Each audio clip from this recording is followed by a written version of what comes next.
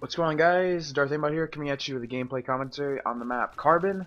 And yes, of course, I am playing Modern Warfare 3, and I am so stoked to start bringing you guys some videos. And yeah, let's just get right into it. So, when you first get the game, you're gonna have like two options for sniper rifles to start off with, and you'll either have the 50 cal or the L11.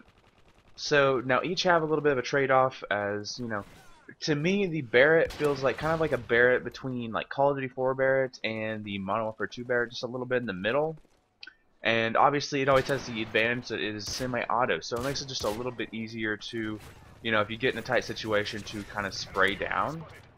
Now, what I've chosen is, and I'm having a lot more fun with, is the L11. It feels like it goes a little bit quicker. I'm not quite sure if it does, but it feels that way to me. And just in general, it feels like a funner gun to me. But I will acknowledge that the Barrett seems like you could do better with that gun, and it could be a little bit easier to use. So if you're first starting off, I would advise go ahead and start off with the Barrett. Both guns are a really good choice. So whatever you pick would be, you know, you'll be good. All the sniper rifles, they have quite a few good sniper rifles in this game, which is weird to say because in the previous Call of Duty games you would only have, like, in Modern Warfare 2 you had 2 good sniper rifles. Unless you were Denag and you were like a WoW god. But this map here, this is called Carbon.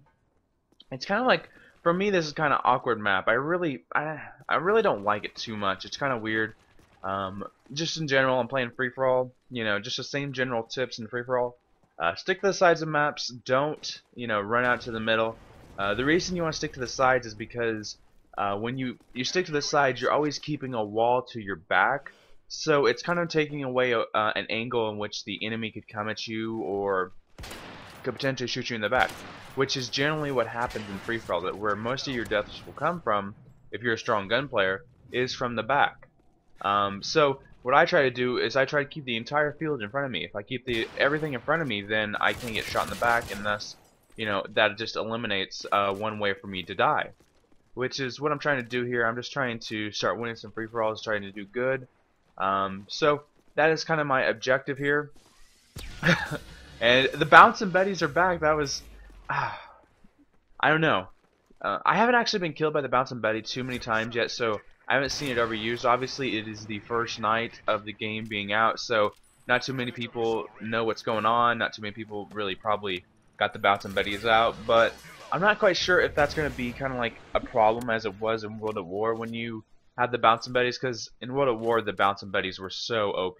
Like, if you saw one, there was no way to get away from it. It would just always get you. There was nothing you could do. But every time I've ran into one, I've died. So, and I haven't ran into too many. So that is a good thing. And I'm hoping that they don't overuse that. I'm trying to look into the future and trying to look at all the perks, all the proficiencies, all the kill streaks. And you know, in Modern Warfare 2, they had a lot of, you know, exploits, a lot of stuff that would, you know, make the game, that was game breaking about it. In this game, I haven't really found too many things that I felt were game breaking that could be game breaking down later down the line. But you know, Denagna, he pointed out one thing that could be an exploit later down the line. I'm not going to say what it is, just because I don't want it to spread around. But I don't know. It could be used as an exploit, but I'm not quite sure. But yeah, what do you guys think? Do you think that there later down the line there's going to be a big of an exploit as there was in Modern Warfare 2? Like, is there, you know, going to be the new noob tubes of the game? Or what do you think? Because I remember when Modern Warfare 2 first came out, you know, everyone was kind of like what you want to call on the honeymoon section, where everyone is just in love with it, like including myself. I am in love with this game. It is awesome. But I'm looking at later down the line, what are other players going to do to ruin the game? You know, not necessarily the game is bad, it is what the other players do with it that can ruin it. So, and a lot of people don't consider that. They just want to get kills. They don't care about ruining the experience for other people. So, you know, besides for that, I haven't really found too many ways that are going to exploit the game, make it, you know, game breaking, and make it unenjoyable to play for the rest of us. And if they do exploit it, I wonder if, you know, Infinity Ward will, you know, go and try to fix it and try to nerf it a little bit or not. But I have a hunch that they probably won't, which is kind of sad. But with that being said, you know, obviously we're that time of the year again. You know, you probably want to know what perks that I'm running, just so you know you kind of got an idea of what general perks to run in the game to do well. And the perks that I run are, my first tier perk is Marathon Pro. The reason I'm using Marathon, the only alternative in the first tier is Sleight of Hand or Marathon. And I picked Marathon because I have Extended Max, so I don't need Sleight of Hand as much as I regularly would.